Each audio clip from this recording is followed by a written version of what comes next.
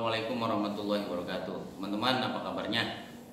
Teman-teman, kita semua punya orang tua. Orang tua, orang yang melahirkan dan sebab kita ada di dunia ini. Kita semua tahu bahwa seorang anak itu wajib berbakti kepada kedua orang tua.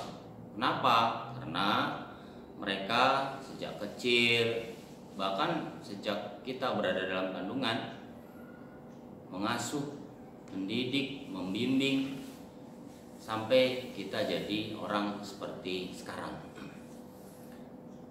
Teman-teman sekalian, Rasulullah Shallallahu Alaihi Wasallam pernah ditanya oleh seorang sahabat, "Ya Rasul, siapakah orang yang wajib dan paling berhak untuk saya perlakukan dengan baik di dunia ini?" Rasulullah bahkan sampai sebutkan 3 kali. Ibumu. Siapa lagi ya Rasul? Ibumu. Siapa lagi ya Rasul? Ibumu. Baru yang keempat ayahmu. Artinya kedudukan ibu itu lebih utama untuk kita perlakukan dengan baik, karena ibulah yang paling banyak merasakan susah payahnya mendidik kita sebagai anak.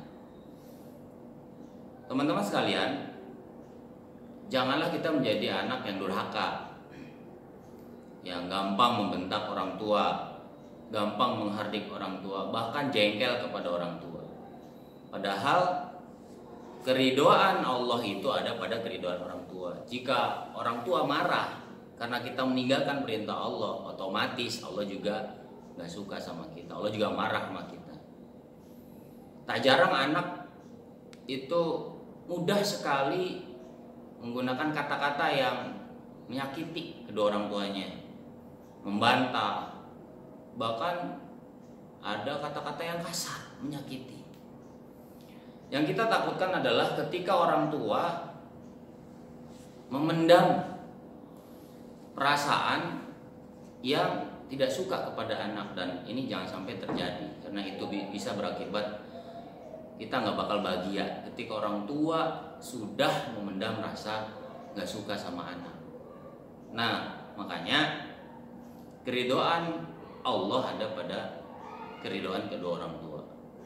Bahkan di dalam Al-Quran banyak sekali ayat-ayat yang menyebutkan tentang kewajiban dan perintah kepada anak untuk berbakti kepada kedua orang tua. Wa qadha rabbuka alla ta'budu illa iyyahu wa bil walidaini ihsana. Dan Allah sudah mengajarkan, memutuskan kepadamu agar engkau menyembah Allah Subhanahu wa taala dan berbuat baik kepada kedua orang tua. Ihsana, baik. Nah, ini yang kemudian akhir-akhir ini menjadi sebuah persoalan ketika banyaknya persoalan antara orang tua dan anak. Orang tua memaksakan keinginannya, anak juga ingin sesuai dengan kemauannya, tidak pernah klop. Maka di sini perlu adanya kesamaan dan perlu pengertian antara anak dan orang tua. Nah, teman-teman sekalian, seorang anak itu bagaimanapun dia berada pada posisi yang di bawah orang tuanya. Dia tidak boleh berada di atas orang tuanya meskipun si anak itu punya segalanya. Misalnya suatu ketika orang tuanya sudah tua dan anaknya menjadi anak yang sukses, kaya dan sebagainya. Tetap saja posisi anak itu tidak boleh melebihi orang tua. Kita sangat miris ketika melihat anaknya kaya, orang tuanya yang susah. Orang tuanya tidak dinafkahi, orang tuanya tidak diperlakukan dengan baik. Kita bisa lihat bagaimana kisah Malin Kundang, anak durhaka, yang meskipun itu kisah legendaris yang ada di negara kita, tetapi itu sebagai contoh buat kita.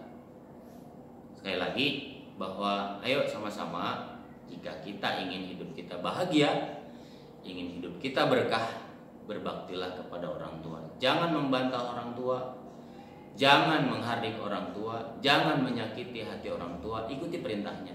Itu kunci sukses kita hidup di dunia. Terima kasih. Assalamualaikum warahmatullahi wabarakatuh. kendala